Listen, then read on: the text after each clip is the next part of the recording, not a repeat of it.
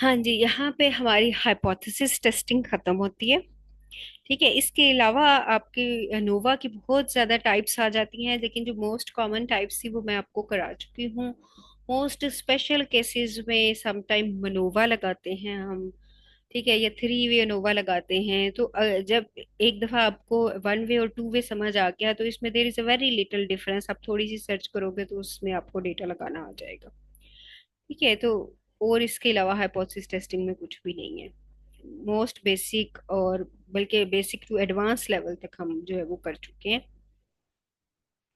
उसके बाद जब आप जो है नंबर वन आप डिस्क्रिप्टिव एनालिसिस लगा चुके हो, ग्राफ बना चुके हो, देन उसके बाद आप अपना जो है वो अप्रोप्रिएट अपने टेस्ट नॉर्मेलिटी टेस्ट और जो है वो होमोजेनिटी ऑफ वेरिएंस को मालूम करने के बाद आपने पैरामीट्रिक या नॉन पैरामीट्रिक टेस्ट अप्लाई किया है। वो टेस्ट अप्लाई करने के बाद आप ये देख चुके हो कि either there is a significant difference between जो आपके वेरिएबल्स हैं उसमें कोई सिग्निफिकेंट डिफरेंस मौजूद है या नहीं है। अपने हाइपोथेसिस टेस्ट अप्लाई करने के बाद आप चलते हो कोरिलेशन या रिलेशनशिप फाइंड आउट करने के बाद। ठीक है, अब आपको पता चल गया कि there is a significant difference between your means.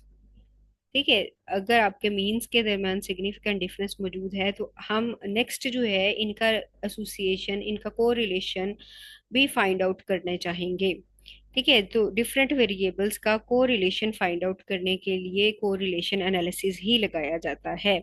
और कोरिलेशन है और कितना कोरिलेशन है, ठीक है, कितने किस लेवल तक कोरिलेशन है। तो कोरिलेशन एनालिसिस के लिए जो थर्ड स्टेप है आपके डेटा एनालिसिस का, सम टाइम जो है ये इंपॉर्टेंट होता है, सम टाइम इंपॉर्टेंट नहीं होता। मतलब ये लाजमी नहीं है कि आप कोरिलेशन लगाए ही लगाए।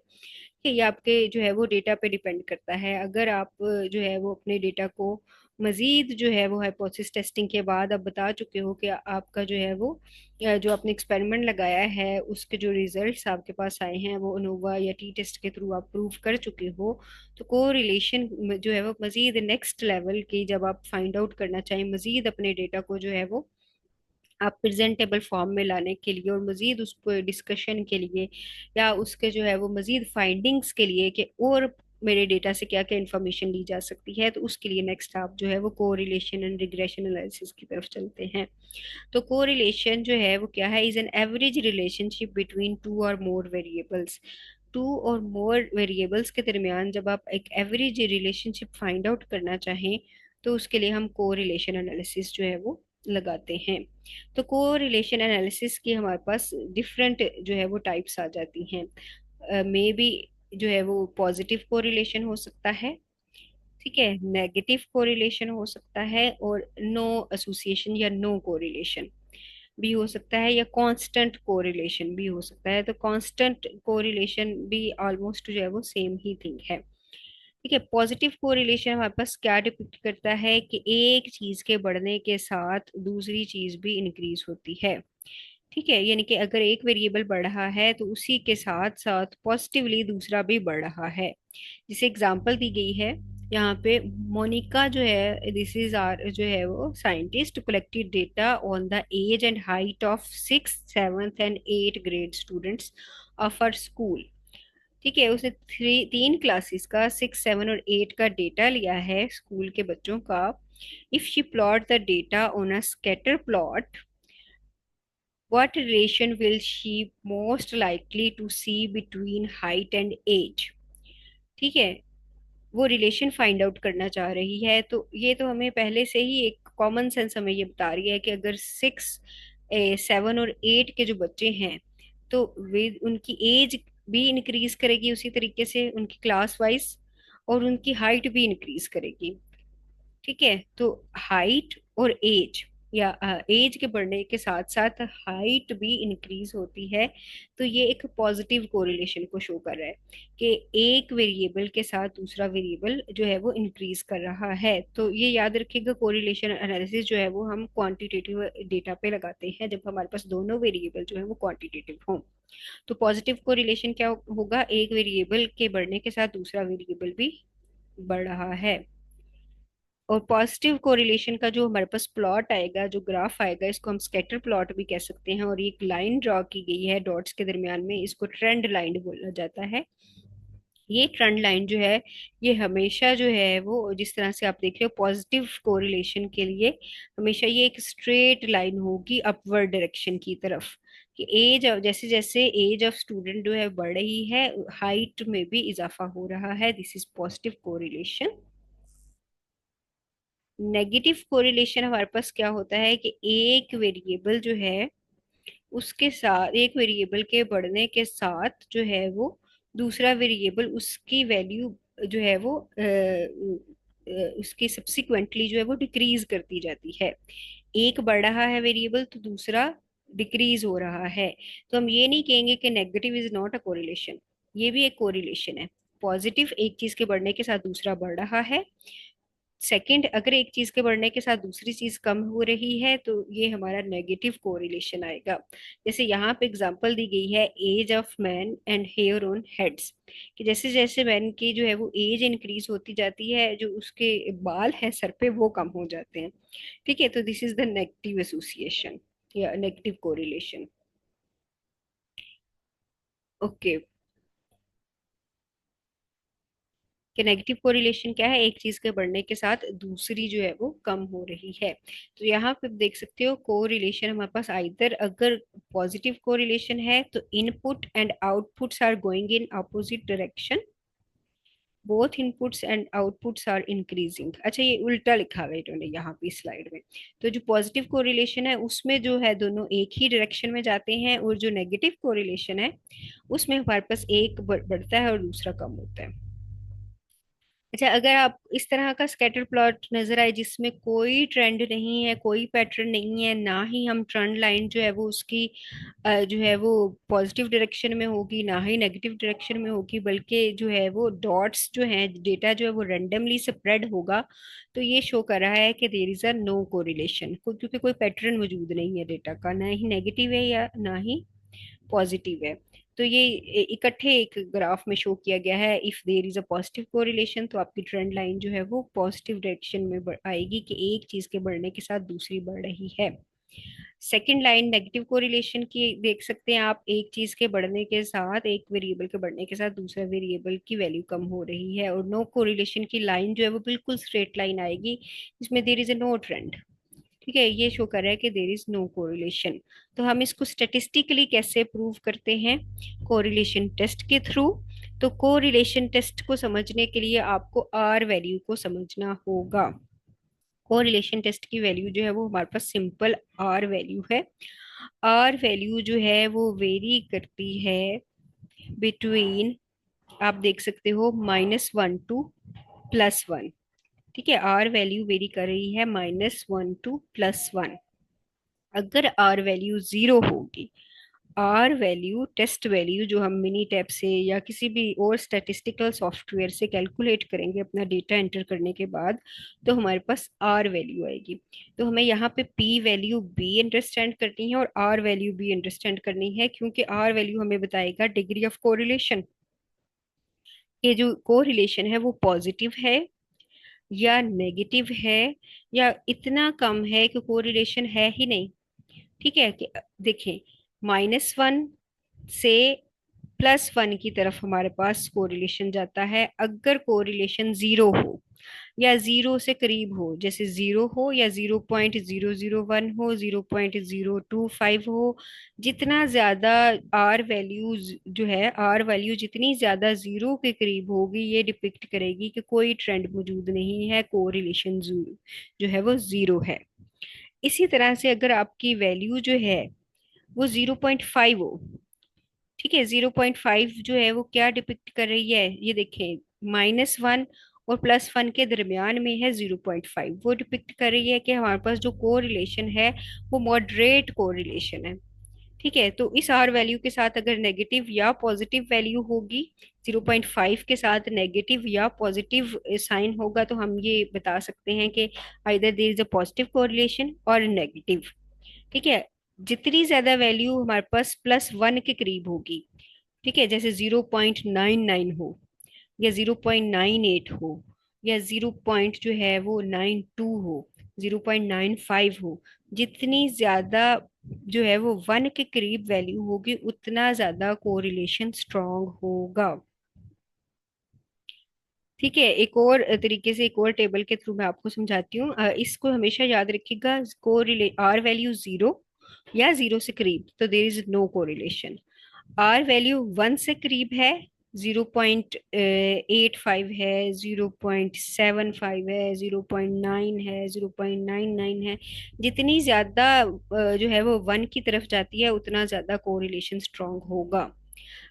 फिर उसके बाद आती है नेगेटिव है या पॉजिटिव है, तो आप आर वैल्यू के साथ अगर नेगेटिव साइन मौजूद होगा तो वो नेगेटिव कोरिलेशन है, अगर कोई साइन मौजूद नहीं है तो वो पॉजिटिव को डिपिक्ट करता है।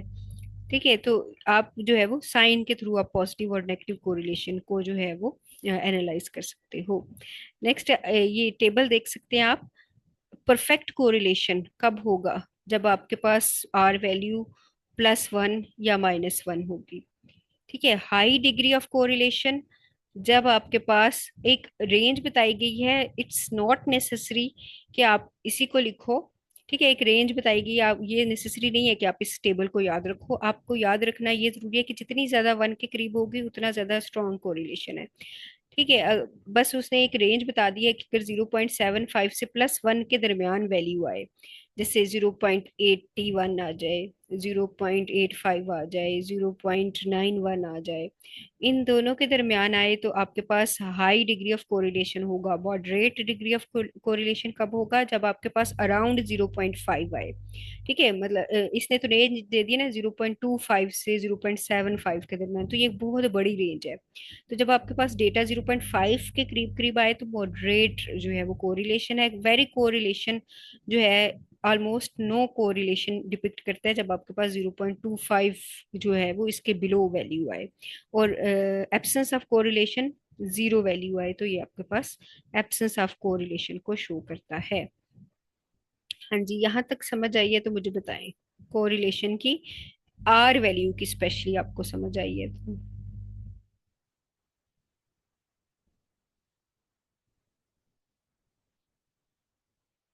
हाँ जी, किसी को भी क्लियर नहीं है तो मैं दोबारा एक दफा बता सकती हूँ।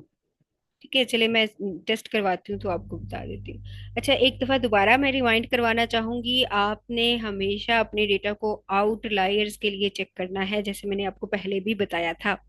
ठीक है, नॉर्मेलिटी टेस्ट तो आपने अप्लाई करना ही करना है क्योंकि हम कोरिलेशन एनालिसिस भी लगा रहे हैं। तो आप पहले ही इस पे कोई ना कोई जो है वो हाइपोथेसिस टेस्टिंग इस डेटा पे कर चुके होंगे, तो आप नॉर्मेलिटी टेस्ट अप्लाई कर चुके होंगे। लेकिन अगर आपने नॉर्मेलिटी टेस्ट नहीं भी अप्लाई किया तो जस्ट अ रिमाइंडर कि आपने कोरिलेशन एनालिसिस भी लगाना है, तो आपने नॉर्मेलिटी टेस्ट जो है वो लगा के देखना है, और अपने आउटलायर्स जो है वो यकीनन देख लेने हैं, क्योंकि कोरिलेशन डेटा पे आउटलायर्स का बड़ा एक बिग इफेक्ट होता है। ठीक है, जैसे आप देख सकते हो इस ग्राफ में कि एक आउटलायर, एक ऐसा जो है वो डॉट है जो बाकी सारी लाइन से काफी फासले पे मौजूद है। ठीक है, अगर इस आउटलायर के साथ टेस्ट किया जाए तो आर वैल्यू 0.4 आती है। ये जो है वो एक वीक कोरिलेशन, एक मॉडरेटली जो है वो वीक कोरिलेशन को जो है वो शो कर रहे हैं। लेकिन जैसे ही इस आउटलायर को रिमूव किया गया तो एक स्ट्रॉन्ग कोरिलेशन जो है वो सामने आया 0.7 का। ठीक है, तो आउटलायर जो है वो कोरिलेशन को बहुत ज्यादा इफेक्ट करते हैं आर की वैल्यू को। तो लाइन जो है वो जो है ऊपर की तरफ जा रही है तो ये शो कर रहा है कि पॉजिटिव कोरिलेशन है।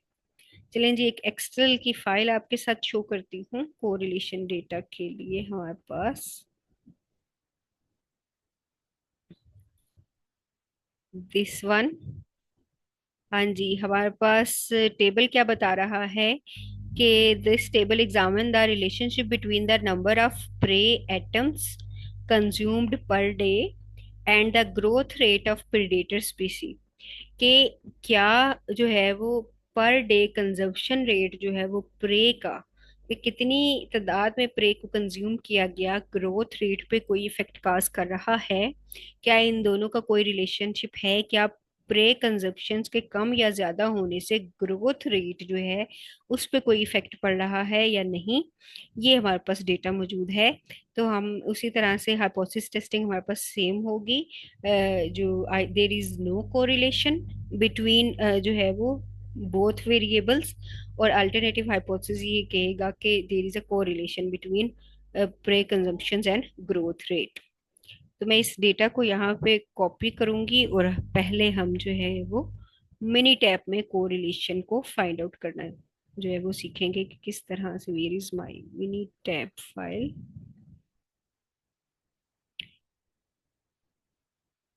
एक नई वर्कशीट बना लेते हैं और मैं एज सच डेटा को कॉपी पेस्ट कर दूंगी। तो आप देख सकते हो यहाँ पे कि हमारे पास जो है वो क्वांटिटेटिव वेरिएबल्स है। प्रे कंजप्शन रेट है जो कि हमारे पास जो है वो क्वांटिटेटिव वेरिएबल है लेकिन डिस्क्रीट है, और ग्रोथ रेट है जो कि एक कॉन्टिन्यूस वेरिएबल है हमारे पास।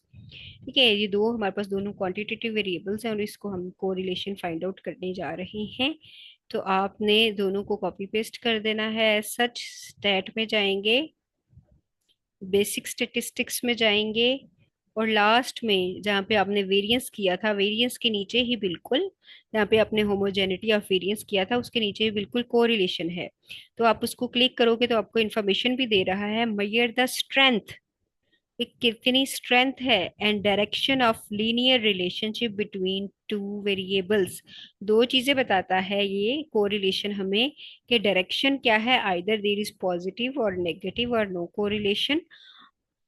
सेकेंड चीज ये बताता है कि कितना कोरिलेशन है, स्ट्रांग है, मॉडरेट है, वो और वैल्यू से डिपिक्ट कर सकते हैं।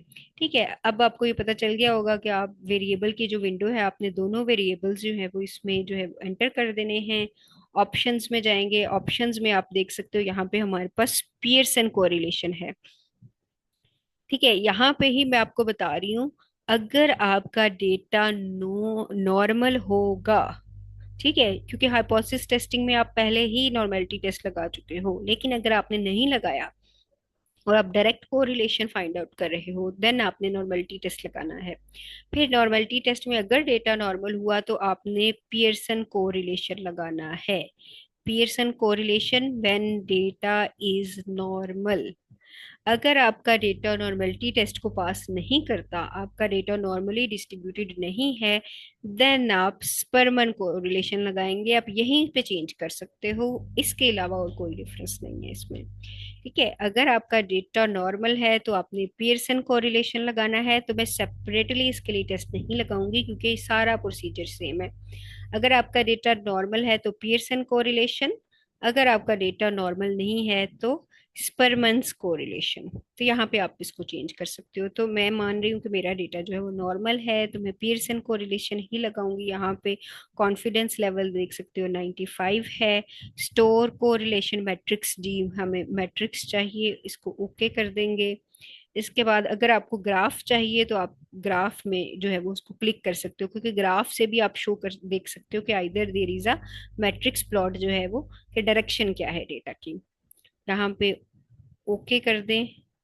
रिजल्ट्स में भी आप देख सकते हो मेथड और कोरिलेशन मैट्रिक्स पहले से ही टिक्ड हैं, okay, then okay. Result window की तरफ चलते हैं हम लोग। आप देख सकते हो यहाँ पे डेटा की डायरेक्शन अपवर्ड डायरेक्शन है।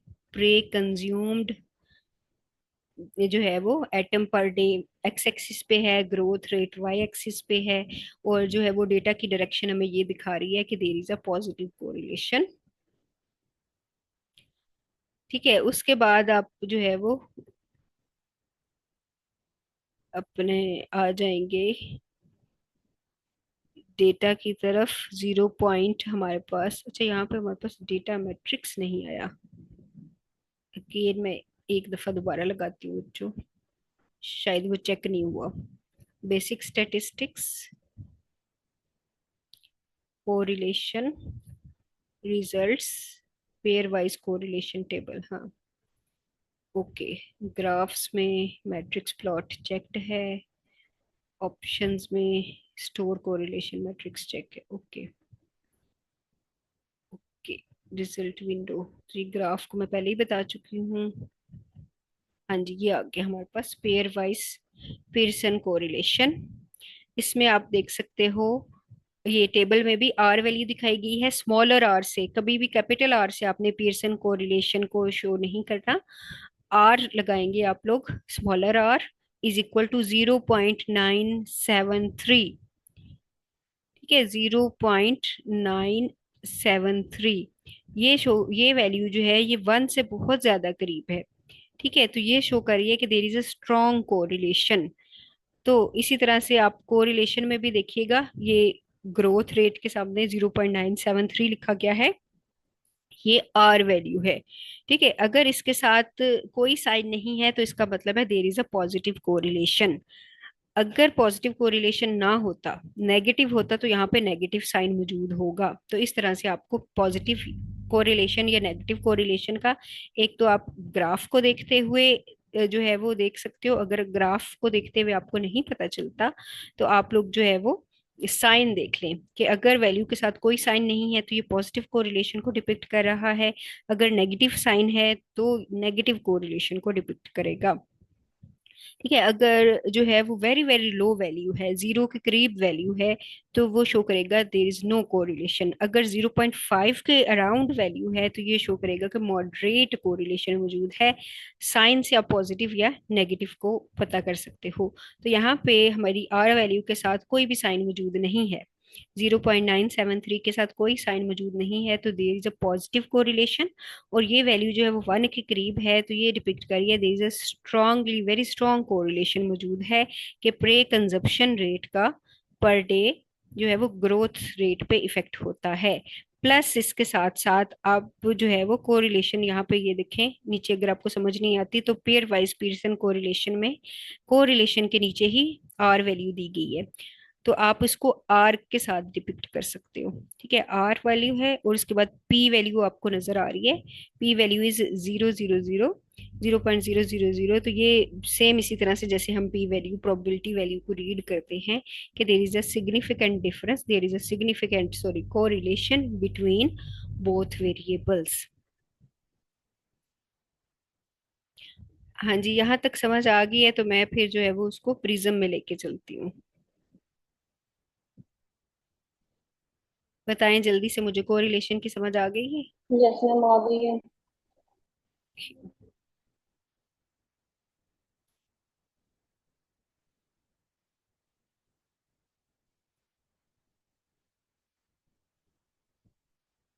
जी, मैं आपके साथ शेयर करती हूँ प्रिज्म की विंडो। और आप कॉलम वाले में ही चाहे इसको एंटर कर लें, चाहे एक्स वाई वाले टेबल में एंटर कर लें, तो इससे कोई ज्यादा फर्क नहीं पड़ेगा यहाँ पे, क्योंकि हमारे पास क्वांटिटेटिव डेटा है। तो यहाँ पे मैं एंटर कर रही हूँ कॉलम वाले टेबल में। आपको शो हो रही है ना प्रिज्म की स्क्रीन?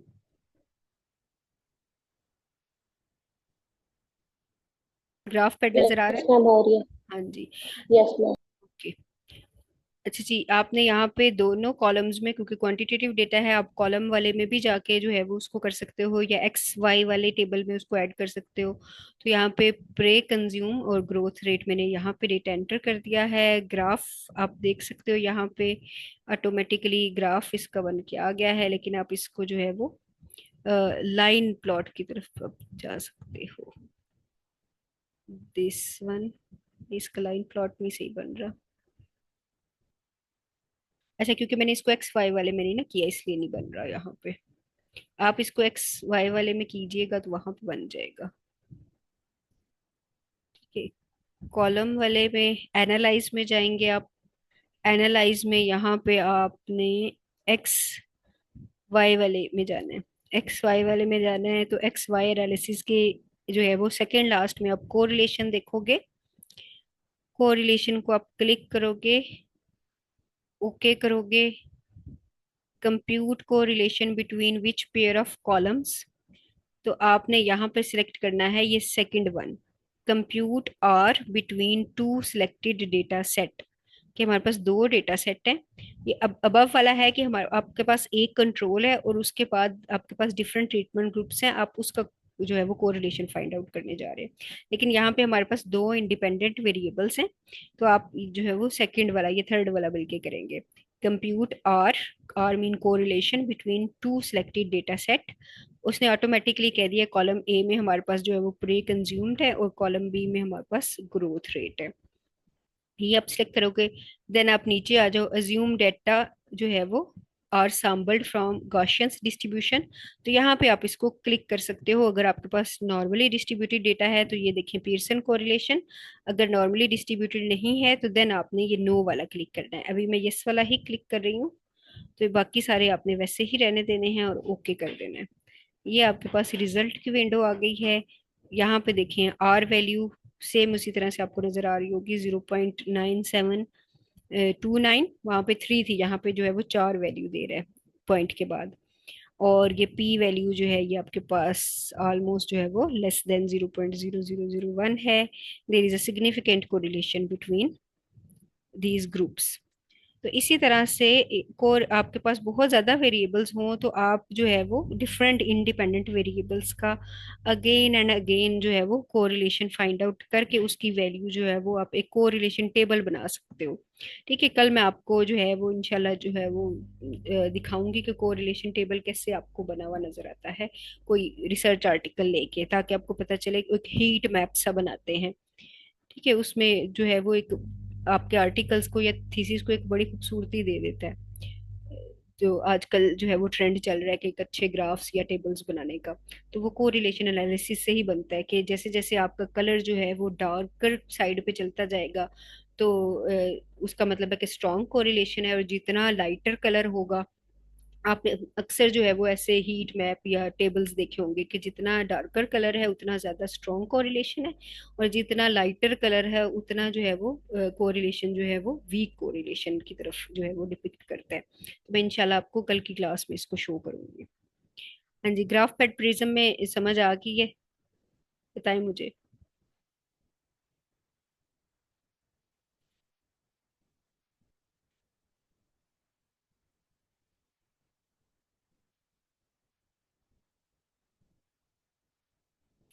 चलें जी, इसकी फिर प्रैक्टिस कीजिएगा। मैं सेम एक्सेल फाइल आपको जो है वो सेंड कर देती हूँ। ठीक है, इसकी आपने प्रैक्टिस करनी है क्योंकि प्रैक्टिस के बगैर बच्चों ये नहीं आएगा, ये सारा आपका मिक्स हो जाएगा। ठीक हो गया है? तो मेक श्योर जो है वो आप इसकी प्रैक्टिस करें अगेन एंड अगेन ताकि आप इसको समझ सकें। चलें आज की क्लास फिर खत्म करते हैं। ओके, अल्लाह हाफिज।